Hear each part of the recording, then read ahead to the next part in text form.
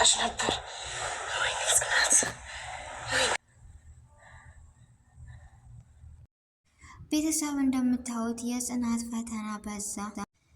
እንዳያቸዋት በህልሟ የሚሆን በእውኗ በቃ እኔ እንጃ በጣም ነው የምታሳዝነው። ስለዚህ ይህ ሀዘኗ ይብቃ የምትሉ ሁላችሁም የጽናት መጨረሻቸው ጽናት ምን አይነት ማለት የኪሮቤል ትሆናለች ወይስ የናሆም?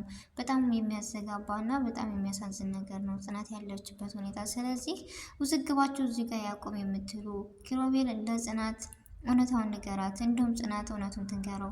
ስለዚህ እዚህ ቢቋጭ ደስ ይለኛል። ምክንያቱም ቤቲ እንዳያችሁት በህልሙ ይሁን አላቅም ሲቃዥ አገባሻለሁ ሲላት፣ እሷ ደግሞ በሩጫ ምን ጊዜ እና አሁን ጋር ሄደው ቀለበት ገዝተው መጥተው ቀለበት ስገዛ መታ የሌላው ኪሮቤል ተገልብጦ አገኘችው የጽናት።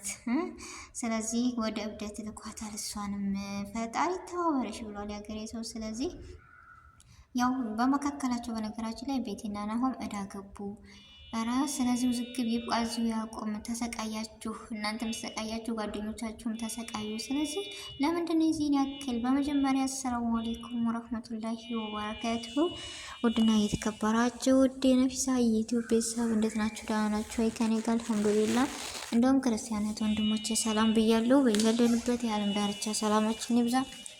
አላህ ሀገራችንን ሰላሟን፣ አንድነቷን፣ መተሳሰብ፣ መከባበርን ይመልስልን። ሁላችንም በዱዓ በጸሎት እንበርታ። ውድ ቤተሰቦቼ ለዚህ ቤት አዲስ የሆናችሁ ደግሞ ሰብስክራይብ ማድረጋችሁን እንዳትረሱ። እንደው ነባር ቤተሰቦቼ ስለምትሰጡኝ አስተያየትና ሀሳብ ከልብ አመሰግናለሁኝ።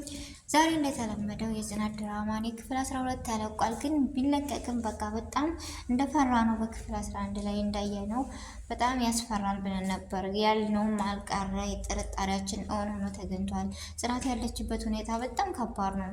ምክንያቱም ወደ አረብ ሀገር ሊሄድ ትላለች። ነገር ግን እንዴት ነው የምትሄደው አረብ ሀገር እንደዚህ እየሆነች?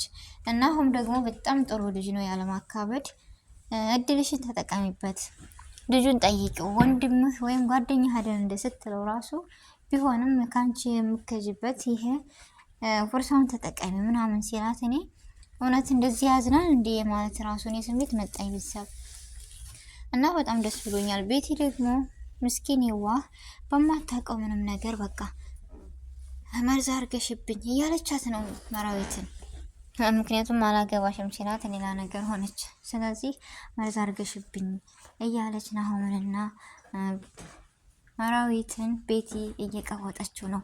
መጨረሻው ምን ይሆን ግን? መጨረሻስ ቤቲና ናሆም ወይም ጽናትና ናሆም ወይስ ኪሮቤልና ናሆም? እንደው ግራውን የገባኝ የቤተሰቦች ጽናት የማን ትሆን? ግን እንደኔ ጽናት የኪሮቤል ነች።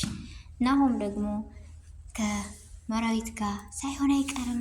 የእናንተን አስተሳሰብና አስተያየት እስኪ ስጡኝ በኮሜንት ቤተሰብ። ብቻ በጣም ግራ ያጋባል። እናም ደግሞ ጽናት ፈተናዋ በዛ። ወይኔ የጽናት ፈተና መቼ ነው ሳቋና ደስታዋን የምናየው?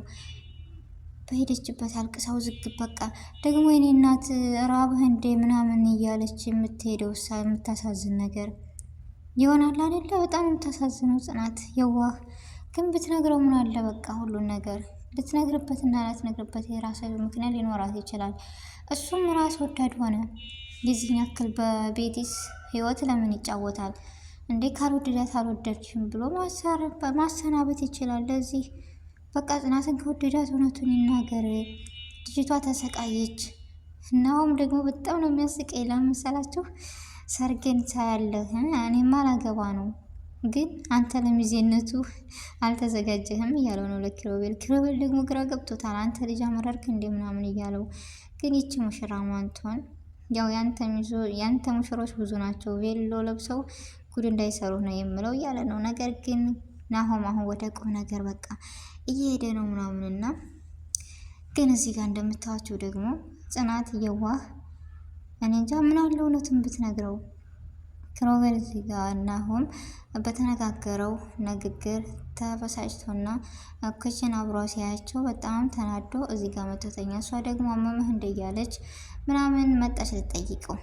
ታስቢልኛለች ምናምን ሲላት እንዴት አላስብልህም ምናምን ብላ ስትነግረው በጣም ደስ አለው። ግን ና ምግብ ብላ ምናምን አለችውና እሺ ብሎ ሲሄድ ይቺ ቤቲ የምትባል መጣች።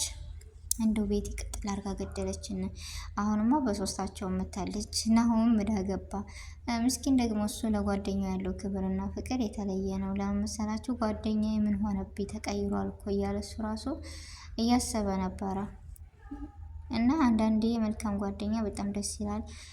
ፍቅራቸውም ጸባቸውም በጣም ነው ደስ የሚሉት። በዚሁ አጋጣሚ ናሆም እና ኪሮቤል እኔ አስተያየቴ ግን አሁን ይቺ ጽናት የምትባል ሁለታቸውንም ሌላ ቦታ ውስጥ ዱላቸዋለች። ግን የነሱ ሀሳብና መቼ ነው የሚመለሱት የሚለው ደግሞ እኔ እንጃ በጣም አሳስቦኛል። ቤተሰቦች እናንተስ ምን ትላላችሁ? አላቅም። እኔ ሀሳቤ ይሄ ነው።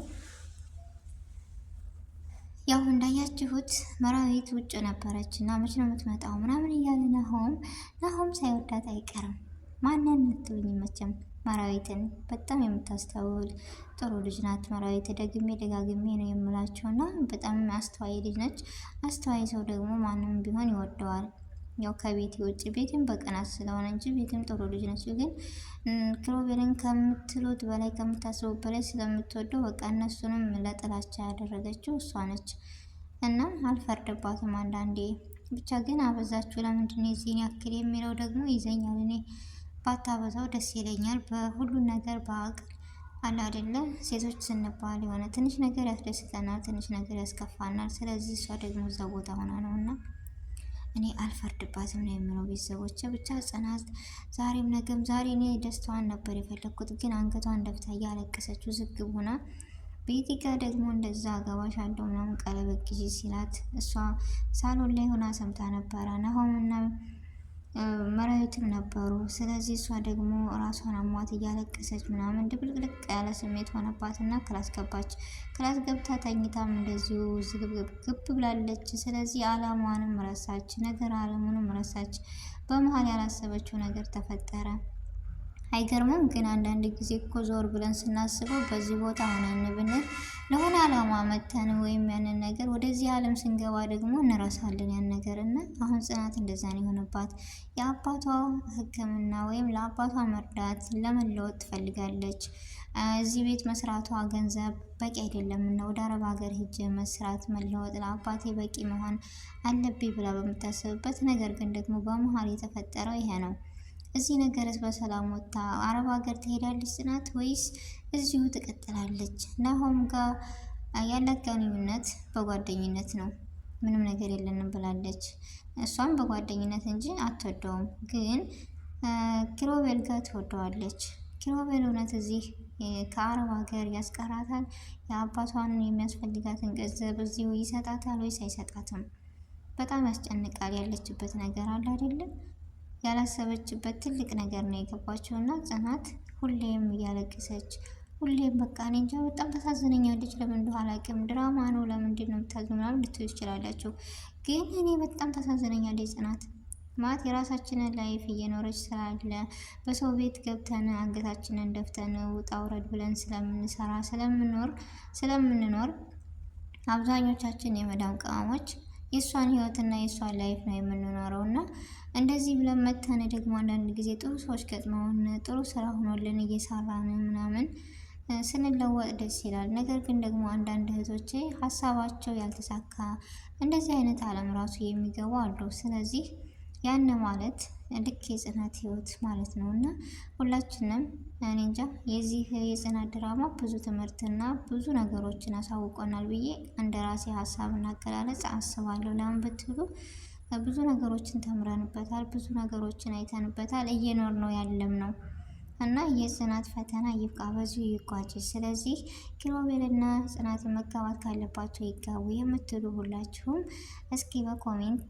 ቀጣይ ክፍል እኛ ጽናት ስታለቅስ ወይም አንገቷን ስደፋ ማየት አንፈልግም። ኪሮቤል ከዚህ በላይ አታሰቃያ፣ ጽናትን ንገራትና እውነቱን ትቀበልሃለች የምትሉ ሁላችሁም በኮሜንት እስኪ እውነትሽን ነው በሉኝ። እንደኔ ከራስ ሁለታቸውም ተሰቃዩ። በመካከል እኮ ደግሞ ናሆምና መራዊትም ተሰቃዩ አይደለም ሁለታቸው እነዚህ ልጆች። ስለዚህ ቤቲ ደግሞ መጨረሻዋ ምን ይሆን? በጣም ታሳዝናለች። ቀለበት ገዝቼ ሰው መሳቂያ ልሆን አለች። በጣም ያሳዝናል እኮ በነገራችን ላይ እና ከባድ ነው ነገር አለሙ። ብቻ የሁለታቸውን ደስታ የምትመኙ ሁሉ ሁላቸውን በኮሜንት ግለጹላቸው። የዛሬ ቪዲዮ ይህን ይመስል ነበረ። ውድ ቤተሰቦች ስህተት ካለ ረሙኝ፣ አስተያየት በኮሜንት ስጡኝ። አሰላሙ አሌይኩም ወረህመቱላሂ ወበረካቱ።